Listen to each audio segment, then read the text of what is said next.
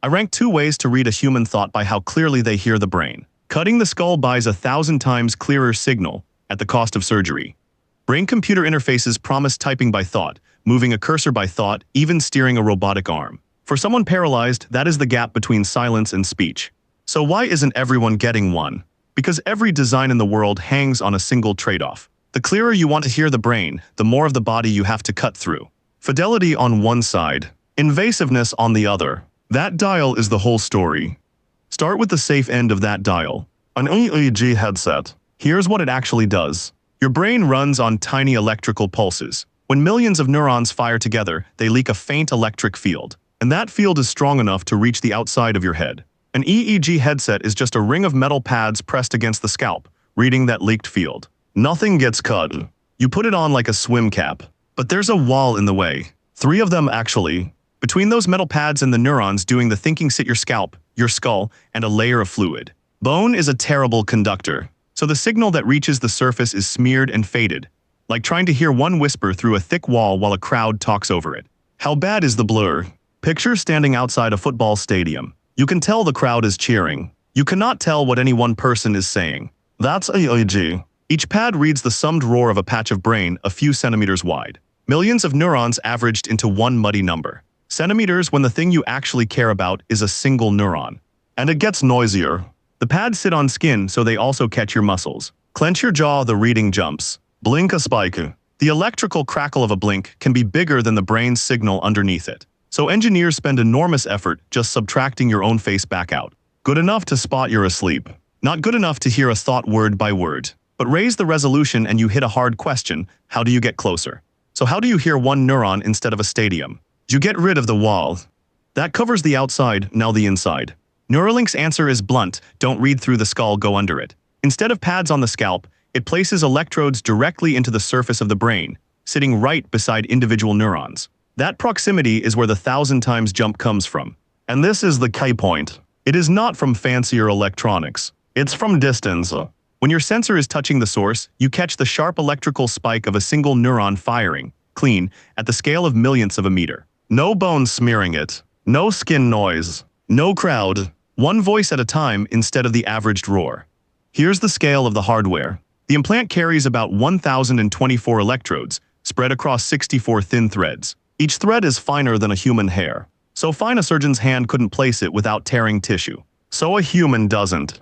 A dedicated surgical robot does the sewing, stitching each thread into the cortex on a precise path that dodges blood vessels, faster and steadier than any person. Stack that against the headset. One device averages millions of neurons through 3 layers of the body. The other listens to hundreds of them, one at a time from the inside. Same electrical signal at the source. Wildly different clarity by the time you record it. That's the entire gap in one picture. 1,000 pads outside would still be reading through the wall, and one electrode inside is past it. But nothing that good is free. So what does going under the skull actually cost you? Here's where it gets expensive, literally cutting into you. To place those threads, a surgeon has to open the skull. That is real neurosurgery with real risks. Anytime you breach the skull, you invite infection. You leave scar tissue. And the immune system does what it always does with a foreign object. It attacks. That last part is the quiet problem. Your body can't expel a chip, so it does the next best thing. It walls it off. Cells wrap the electrodes in scar tissue, a slow coating that pushes the neurons away from the sensor. The signal you paid a surgery for fades month by month. It's the wall problem returning, except this time your own body is building the wall around the implant. There's a second failure mode. The threads themselves can move. In early human trials, some of the ultra-thin threads pulled back out of the tissue after being placed, and the number of working electrodes dropped. So something finer than a hair into a soft, pulsing organ that shifts every time the heart beats, and staying put is genuinely hard. Now put the 2 devices side by side on cost, not clarity. An EEG headset is a thing you take off. Bad day, itchy scalp, you're done. Pull it off, 0 risk. An implant is a thing you live with. You can't take it off. The only way out is another surgery, with all the same risks as the first one. So the real question was never which one hears better. It's this: how much clarity do you actually need? And how much risk does that need justify? So which one wins? Wrong question, but the answer is useful. It depends entirely on what you're trying to do. Start with the headset's home turf. EEG wins on everything that isn't raw clarity, cost, safety, and reach. There's no surgery, so almost anyone can use it. That's why it's already everywhere you don't notice. Sleep tracking headbands, university research labs, consumer-focused gadgets. When the job is spotting a broad brain state, cheap and safe beats sharp.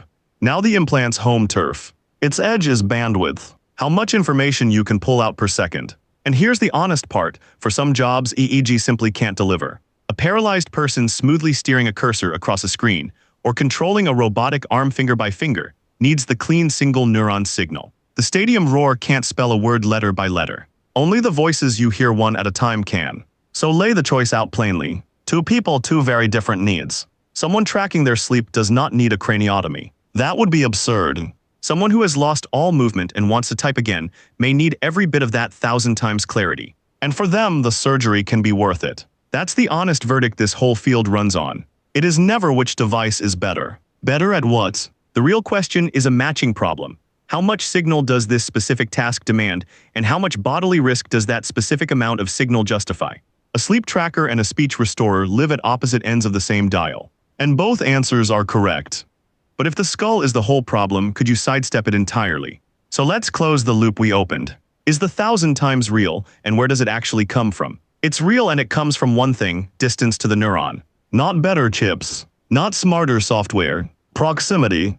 The skull is a fixed physical wall, and physics sets a ceiling no headset can climb past. At 1,000 pads outside and you're still reading through bone. The only way to a sharper signal is to get closer to the source.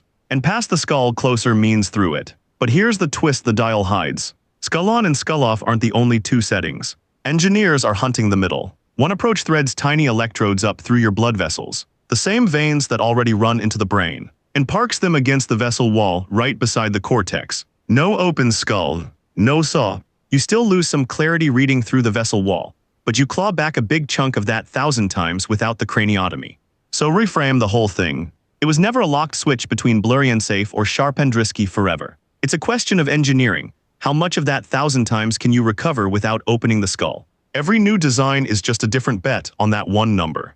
So here's the one line to keep. Signal clarity and surgical risk are two ends of the same dial. And every brain interface is just a choice of where to stand on it.